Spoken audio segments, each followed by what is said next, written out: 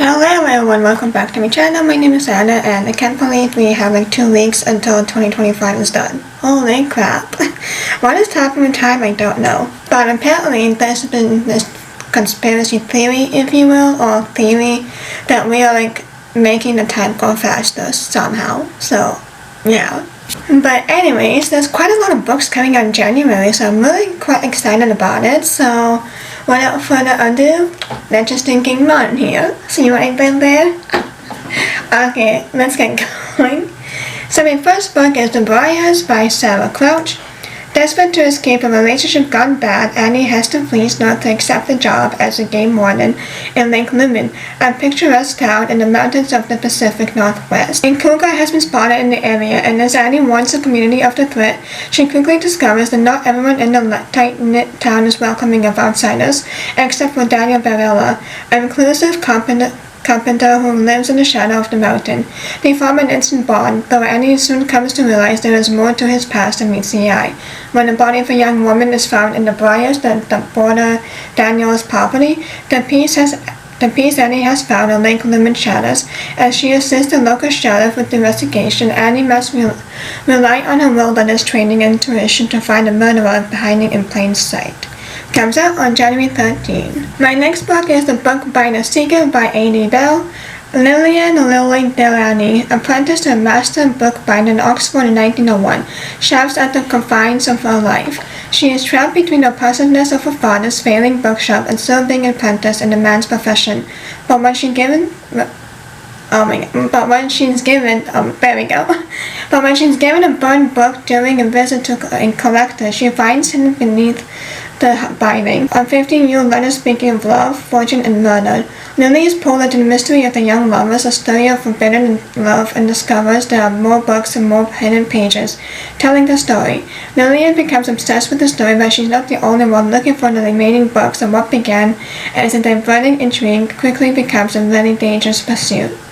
Comes out on January 13. My next book is Through the Gates of Garnet and Gold by Shannon McGuire. After Nancy was cast out of the halls of the dead and forced to enroll at Atlanta West School for Wayward Children, she never believed she would find her door again, and when she did, she didn't look back. She disappeared from the school to resume her place in the halls, never intending to return. Years have passed, and darkness has descended on the halls, and the living statues who populate them are dying at the hands of the already dead. The lord and lady who ruled the land are helpless to stop the slaughter, forcing Nancy to leave the halls again, this time on purpose, as she attempts to seek much-needed help from her former schoolmates. But who would volunteer to question the world where the dead roam freely, and why are the dead so intent on adding to the number? It comes out on January 6th. My next book is A Slow and Secret Poison by Carmela Locust. 1922, when V. Morgan accepts the job of a gardener in crumbling stately home in southwest England, she is hoping it's a fresh start. But Hartford Manor is shattered by its own grief and the memories of long-faded glory. Its rooms haunted by the only surviving member of the family, Lady Arabella Lacey.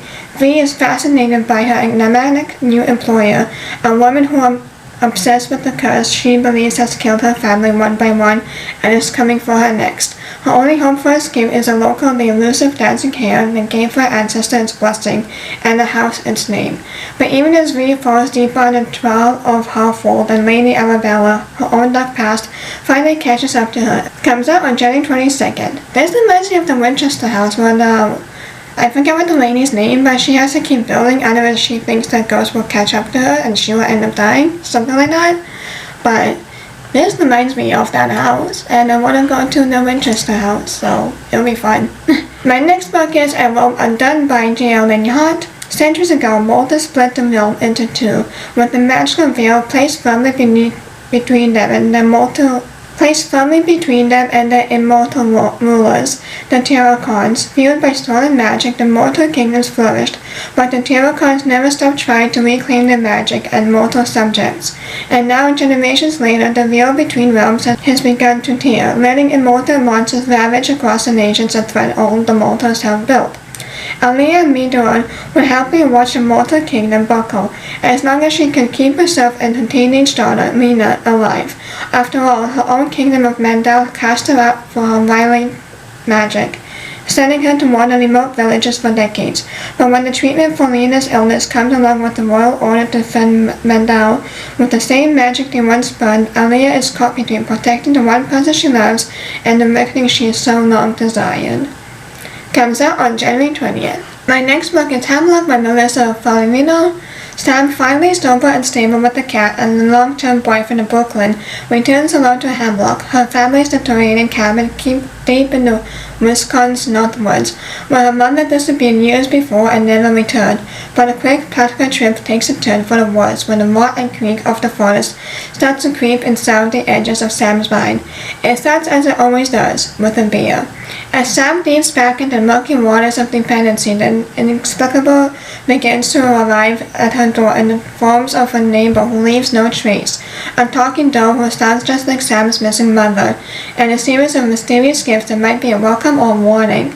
And as Sam's day extends, as the town grips on her tightens and her body takes on a strange new shape, the borders of reality begin to blur, and she senses she is battling something sinister, whether nested in the woods or within herself. Comes out on January 20th. My next book is Rules of the Heart by Janice Hanlow. I could never understand a medium in love. I must love with my whole heart and soul. My whole existence know no happiness or misery, but from the object of my passion. Ooh, I like that. England, 1794. Now in her 30s, Lady Henrietta Bessborough is no stranger to the affections of a younger man. For married women of the time, a young lover is encouraged, providing you know how to play the don't embarrass your husband, maintain complete discretion at all times, and, most importantly, never fall in love. So when Henrietta meets Lord Grenville, brilliantly handsome, rich, and 12 years younger than her, that's not good. He appears the perfect candidate for an affair until she falls uncontrollably under his spell. As she plunges into an all-consuming passion, all the wisdom and sophistication Henrietta thought she had deserts her, and with their relationship drawing the attention of wider society, each anxious but besotted step she takes leads her further into scandal and ruin. Comes out on January 20th. My next book is Me Who Have No Gods by Liza Anderson. Vic Wood knows her priorities, scrape by on her western wages, take care of her younger brother Henry, and forget the mother ever existed. But Vic's careful life crumbles when Henry reveals that the long-missing mother belonged to the Audun, a secret society of which is tasked with keeping the dead at bay. What's worse, Henry inherited the mother's magical abilities while Vic did not, and Henry has been chosen as the Order's newest recruit. Determined to keep him safe, Vic accompanies Henry to the isolated woods in upstate New York that play host to the sprawling and eerie Avalon Castle. When she joins the Academy, despite lacking powers of her own, she risks not only the Order's wrath, but also her brother's, and then there's Zahn, the head centennial, imposing, ruthless, and frustrating, in charge of protecting Avalon. He makes no secret that he wants Vic to leave. As she makes both enemies and allies in this mysterious realm, Vic becomes caught between the dark forces of play, with the mother at the heart of it all. What's stranger is that Vic begins to be affected by the Academy, and Jeanne in ways she can't quite understand. But with war between witches threatening the fabric of reality, Vic must decide whether to risk her heart and life for a world where power is everything. Comes out on January 27th. My next book is Butterfly Games by Kelly Scarborough. In some games, winning means losing everything that matters. In the opulent world of the Swedish roller coach, Jacqueline Gildenstolpe walks a dangerous tightrope between romance and political intrigue. Neglected by her parents and orchestrated by the people around her, the young countess falls in love with Prince Oscar, heir to the Swedish throne. But the passionate affair has far-reaching consequences of their new Vanatanen dynasty, which is already challenged by threats from inside Sweden and beyond. By the time Jacqueline learns that the butterfly game is not for the faint-hearted, it is too late. For she has a secret, one as precious to her as it is potentially devastating to the crown, and she will stop at nothing to protect it. Comes out on January 20th. My next book is This House Will Feed by Maria Thoreau. County Clare, 1848. In the stand of few years since the potato blight first cast its foul shadow over Ireland, Maggie O'Shaughnessy has lost everything, her entire family and the man she trusted with her. Toiling in the endless workhouse for paltry rations, she can see no future either within or outside its walls, until the mysterious Lady Catherine arrives to whisk her way into an old mansion in the stark limestone landscape of the Berlin. Lady Catherine wants Maggie to impersonate her daughter Wilhelmina, Wilhelmina, and hoodwinked Solstice into releasing Wilhelmina's widow pension so that Lady Catherine can continue to provide for the villagers in her care. In exchange, Maggie will receive freedom from the workhouse, land of her own, and the one thing she wants more than a chance to fulfill the promise she made to her brother on his deathbed, to live despite them all. Launching herself into a daunting task, Maggie plays the role of Wilhelmina as best as she can while ignoring the villagers' tales of ghostly figures and curses. But more worrying are the whispers that come from within. Something in Lady Catherine's house is reawakening long-buried memories in Maggie, of a foe more terrifying than hunger or greed, of a power that calls for blood and vengeance, and of her own role in the nightmare that demands the darkest sacrifice. Comes out on January 27th. My next book is The Elseworld Express by Samantha Soda-Yambao. You can't buy a ticket for the Elseworld Express, appealing only to those whose lives are adrift. It's a magical train carrying very rare and special cargo, a sense of purpose, peace, and belonging. Maya is one of those lost souls. She had dreamed of being a songwriter, but when her brother died, she gave up on her dream and started living his instead. One day on the subway, as her thoughts wander, she swept off to the Elseworld Express. There she meets Q, a charming, handsome artist who, like her, lost his place in the world. Together they find a train full of wonders, from boarding a car that's also a meadow to a dining car where passengers can picnic on lily pads, to a bar where jellyfish and whales swim through pink clouds. But they also discover that the train harbors secrets and danger. A mysterious stranger has stowed away and brought with him a dark malign magic that threatens to destroy the train. But investigating the stowaway's identity, Leia also finds herself drawing closer to the ultimate question: what is her life's true purpose, and might Q be connected to it? Comes out on January 20th. My next book is The Unwritten Rules of Magic by Harper Ross. Emerson Clark can't remember a time when she felt in control of her life. Her father, a celebrated author, blew in and out of her childhood like a hurricane until he got Alzheimer's. Her mother numbed loneliness with gin, and recently her teen daughter has shut her out without explanation. The only place Emerson has ever been the charges in front of the keyboard where, as a ghostwriter, she dedicates everything that happens on the page. If only she could arrange reality the same way, life could be perfect, an impossible fantasy, or so she believes until she makes a startling discovery. After her father's wake, Emerson steals her father's vintage typewriter, the very one he had forbidden anyone to touch, and tests its keys by tapping a familiar wish. After it comes true, the very next day she tries another. But when those words also spring to life, she becomes obsessed with using the typewriter to engineer happiness for herself and for her daughter Easter and her daughter. Easier said than done. As Emerson shapes her real-life circumstances, she uncovers disturbing truths about her family's history, and the expected cost of each story come true. She should destroy the typewriter, but when her daughter's secret finally emerges, Emerson is torn between paying the price for bending fate and embracing the uncertainty of an unscripted life. Comes out on January 27th. My next book is The Swan's Daughter by Shadi Shokshi. To find love is a curse. Prince Aris knows that marriage means murder, thanks to a poorly worded wish to a sea witch. All one needs is to rule the Isle of Malaise, is the heart and the hand of the kingdom's hair. Historically, this has been construed quite literally. Thus, Aris expects that day, after his marriage and murder, he will wake up as a sentient tree alongside the rest of his prisoners. His only chance of a long life is finding true and lasting love. When Aries' parents announce a tournament of brides to compete for his hand and heart, a slew of eligible, lovely, and possible murderous bachelorettes make their way to Wrath Castle, and menace living balls in Ozolald caves, strolls through menageries of daydream trees and pearl crocodiles, tea time with glass boats and kisses that leaves his head spinning. Aries cannot tell who is out here for love, for him, or lust for power, until he meets the Melanzia. As a Vanitas ward, the Melanzia song rings out the truth. Forced into hiding, the Melanzia strikes a deal. Aris will provide her with safekeeping in exchange for her truth-telling song to sort out his potential brides.